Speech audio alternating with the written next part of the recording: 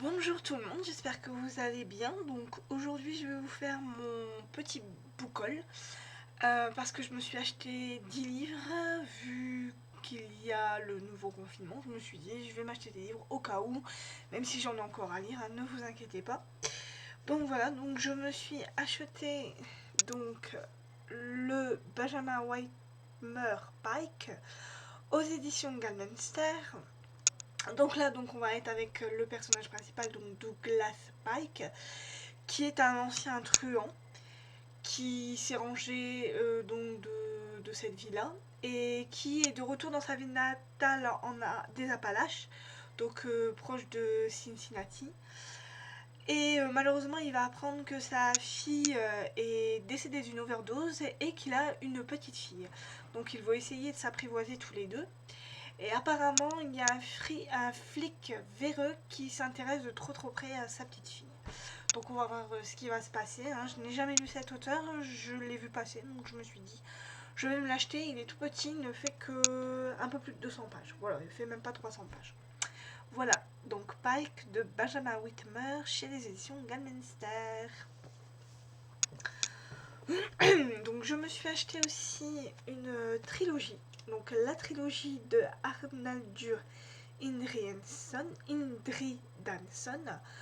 Sa trilogie de l'ombre, donc 3, hein, donc il y a Dans l'ombre, il y a, oh pardon, je me trompe, Dans l'ombre, La femme de l'ombre, et il y a donc, hop, Le passage des ombres.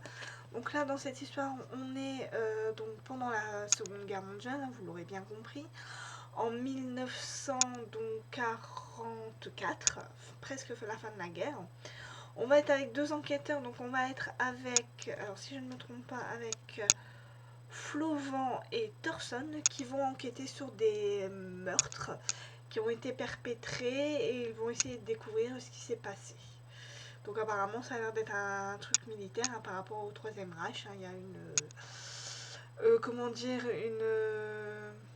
ah, enfin des preuves, voilà, comme quoi ça serait plus du ressort des militaires que... voilà. Donc voilà, donc la trilogie des ombres d'Arnaldur Indridansson, la trilogie des ombres. Voilà. Je me suis aussi acheté le dernier Sébastien Pitzer, La fièvre, chez Roman Albin Michel. Donc là, on est à Memphis en juillet 1878 et en pleine rue, il y a un homme qui s'écroule et qui meurt. Voilà, donc on se demande ce qui s'est passé. On va découvrir qu'il a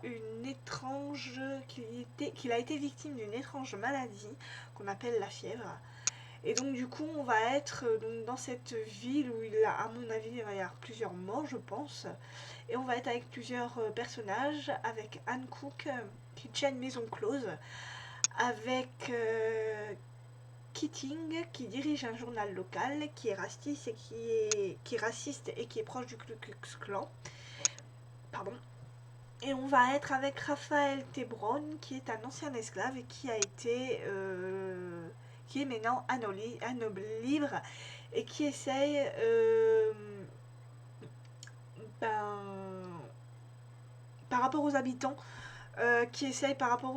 de leur faire reconnaître son statut d'homme libre. Voilà. Donc La fièvre de Sébastien Spitzer chez Roman Albin Michel. Voilà.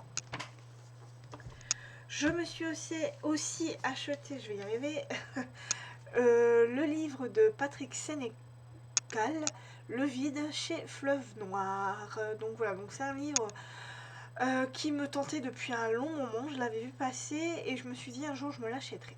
Et ben voilà, c'est fait. Donc là on est avec Max qui est apparemment qui a une émission de télé-réalité à lui. Et il est milliardaire et pour défrayer la chronique et pour choquer les âmes sensibles, il veut faire cette télé-réalité avec plusieurs candidats qui apparemment va défrayer la chronique et il va se passer beaucoup de choses apparemment. Donc voilà. Donc après je sais pas trop ce qui va se passer, mais je sais que ce livre a eu beaucoup de succès. Donc je me suis dit pourquoi pas, et ça faisait un moment que j'avais envie de l'acheter. Donc voilà, Patrick Sénécal, Le Vide, chez les éditions Fleuve Noir. Donc c'est un gros bébé, hein. Je sais pas combien de pages il fait. Oh, quoique, non. Il fait un peu plus de 700 pages. Donc je trouve que ça va. Voilà. Je me suis aussi acheté donc Le Cœur et la Chair d'Ambrose Paris chez les éditions Thriller Seuil. Voilà. Donc là, on va être à mon avis en Angleterre, à Édimbourg. Voilà. On va être avec le jeune Will Raven qui est apprenti, voilà, chez le professeur Simpson qui a une notoriété. Et en fait, on va découvrir le cadavre de plusieurs femmes assassinées dans les 4 coins de la ville d'Édimbourg. Et voilà, et on va se demander ce qui va se passer. Donc Will, avec l'aide d'une précieuse... Avec l'aide d'une femme, voilà, Sarah, ils vont essayer d'enquêter donc sur la mort de ces femmes prostituées. Hein. Pourquoi est-ce qu'on les tue? Peut-être un nouveau Jack l'Éventreur, je sais pas. Voilà. Donc là, c'est Le Cœur et la Chèvre d'Ambrose Paris chez les éditions Thriller Seuil. Voilà. Je me suis aussi acheté ADN. Alors par contre le nom, donc je vais essayer de le dire bien. Yrsa Sigurdardóttir, voilà. Aux éditions donc Actes Noir, aux éditions Actes Sud, dans leurs éditions Actes Noir ou l'inverse, je sais jamais. Ce livre-là, ça faisait un moment aussi que je le voulais, je le voyais passer, je me suis dit mais il m'intrigue ce livre, c'est la couverture du livre me plaisait beaucoup, donc je me suis dit un jour je l'achèterai, je le lirai, et voilà. Du coup j'en ai profité. Donc là on est apparemment avec une femme, Elisa Jarnadottir, voilà, qui meurt, et elle va laisser derrière elle donc sa fille qui a vu l'assassinat de sa mère. Et apparemment, elle refuse de parler, donc on va faire appel à une psychologue pour enfants pour essayer de la faire parler, pour savoir ce qui s'est passé par rapport au meurtre de sa mère, tout simplement. Donc après, je sais pas trop ce qui va se passer, mais donc quand je le lirai, je vous dirai quand je l'aurai fini, hein, ce qu'il en est, si ça me plaît ou pas. Donc voilà, donc ADN, Yrsa Sigurdardóttir. Voilà. Je me suis aussi acheté Cavale de Virginie Joannet, qui est aussi un livre que je voulais m'acheter depuis un moment. Et là, vu le confinement, je me suis dit, on y va, on continue. Donc aux éditions XO Éditions. Donc là, on est avec Jeanne, qui a oublié apparemment 2 heures de sa vie. Pendant ces 2 heures, son compagnon a été poignardé, mais elle ne se souvient plus de rien. Et quand la police va vouloir l'interroger, elle va prendre peur, et comme elle ne se souvient plus de rien, elle va juste s'enfuir pour essayer de se remémorer ce qui s'est passé. Et donc à mon avis, elle va au final petit à petit retrouver la mémoire et savoir ce qui s'est passé. Donc il va y avoir, à mon avis, quand elle va essayer de retrouver la mémoire, elle va se rappeler de son enfance, je pense, donc voilà. Donc Virginie Joannet, Cavale aux éditions XO Éditions. Voilà. Et le petit dernier, donc je me suis acheté Les Sorcières de Pendle aux éditions Michel Lafon. Donc de Stacy Halls. Voilà. Donc je me suis acheté ce livre, déjà parce que la couverture est magnifique. Hein. On voit que voilà, c'est très très beau. Et parce que je n'ai jamais lu de livre sur des sorcières. Donc du coup je me suis dit pourquoi pas. Voilà, en plus apparemment regardez ce qui est écrit, bon faut pas trop se fier à ça, mais bon, apparemment ça a l'air d'être un roman historique, voilà, et on est avec des femmes, hein, vu qu'on est avec des sorcières. Alors donc on est dans le Lancashire, à Lancashire Pendle en 1612. On va être avec une femme qui essaye coûte que coûte d'avoir un enfant.